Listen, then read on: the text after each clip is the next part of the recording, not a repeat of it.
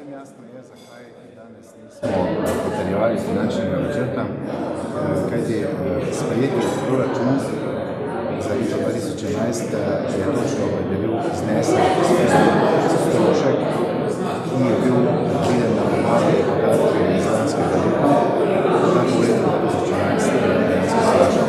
Seveda se potem življenje prinaša nova dejstva in izračuni so pokazali, da so ta sredstva ne bodo zadoščala za solidno izvajanje službe oziroma računske vzgoje v naši občini.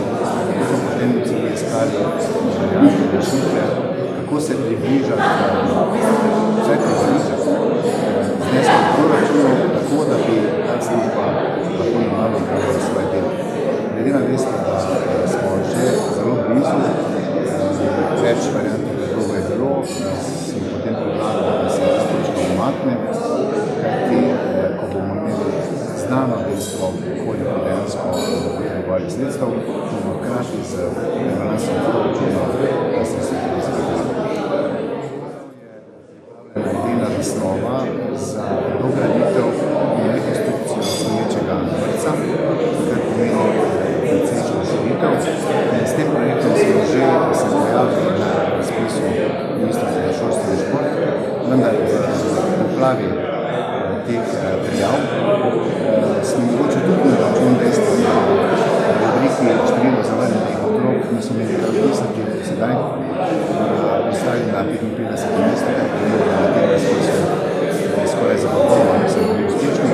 Seveda pa iščemo druge možnosti in jaz se močno nagibam k temu, da bomo uspešni na razpisu šestem razpisu strokovnega stava, tako da to bo pa znamo na dveh mesecih, da smo uspešni tudi že v tem. Vse tri postavke, to so javni vrtec, javni zavod Slovenske Gorice, druge občine in pa zasebni vrtec, ta številka okrog 2 milijona. Od tega je 1 700 000 za javni vrtec. Pretiranega zanimanja, niti niso izpolnjeni vsi pogoji za podelitev koncesije, tako da v tem trenutku nismo razmišljali, ostaje pa dejstvo, da zasebni vrtec Mali Grof je pridobil odločbo o izpolnjevanju pogojev še za polovico ene skupine, enega oddelka in da nam bo ta polovica ostala v strošek za pokrivanje vseh tistih zagotovljenih tekmo za zaposlenost. Projekcija naslednjih 2 let, ko bo število otrok začelo upadati. Mi v naslednjih dneh planiramo odlagati mešane komunalne odpadke na deponijo Slovenske Gorice. In vsa leta se je vedelo, da bo slej prej prišel dan, ko bo treba poskrbeti tudi za uvoz, predvsem pa za obdelavo in odlaganje teh odpadkov v skladu z sedanjimi normativi oziroma s predpisi Evropske unije. In danes biti presenečen na tem, da se cena zvišuje, je pravzaprav državna javnost nevedeli, kajti vemo, kakšna je cena odlaganja po toni odpadkov na primer v Celju, kjer je ta cena 110 €, če dodamo še temu 10% 120, in dodamo prevoz, smo tukaj nekje na rangu občine Laško, ki plačuje 195 € do sedaj pa je bila cena ravnanja z odpadki po toni na Goriški deponiji 42 €. Tako da ta razlika je več kot očitna in seveda nam kaj drugega ne preostane, da zagotovimo pogoje, da bo javno komunalno podjetje lahko začelo z odvažanjem teh mešanih komunalnih odpadkov v deponijo, ki pa v tem trenutku še ni izbrana.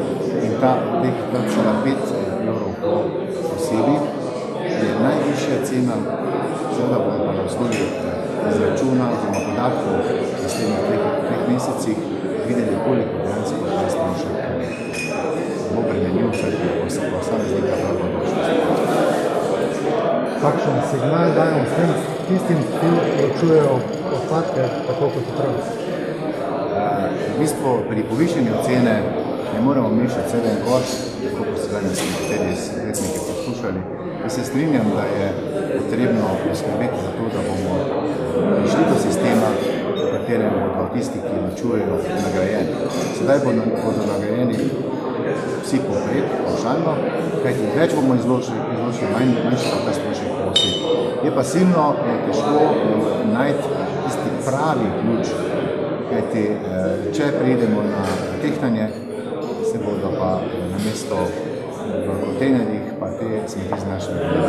Vsak se bo izogibal tiste plačevanja po količini. Kakšna bo potem prednost tistih, ki pa ločujejo? Govorimo o tem, da gre za zavest, za odnos posameznika do narave, od tega, da bo enkrat bodo naši zanamci živeli v zdravem okolju, predvsem pa to, da bomo vsi skupaj plačevali. Na tem podpisu je prišlo do manjših korekcijskih popravkov pogodbe, tako da zdaj je z naše strani že podpisano obljubljeno je bilo, da bo petka, to je jutri, ta pogodba tudi podpisana s strani Ministrstva za visoko šolstvo, znanost in tehnologijo. Dejansko ne, nobenih vsebinskih, samo korekcijskih, da se iz enega člena en odstavek predstavi v drug člen in ena beseda tam popravi, za drugo podobno, nič konkretnega, nič vsebinskega.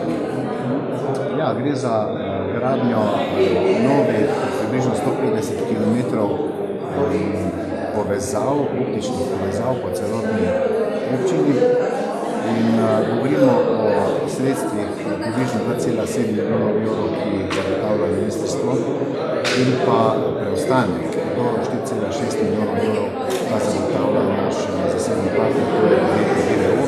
Zdaj govorimo o skupni investiciji 4,6 milijonov evrov, ki bo namenjena izključno za izboljšanje povezav na področju informacijske tehnologije za našo občino.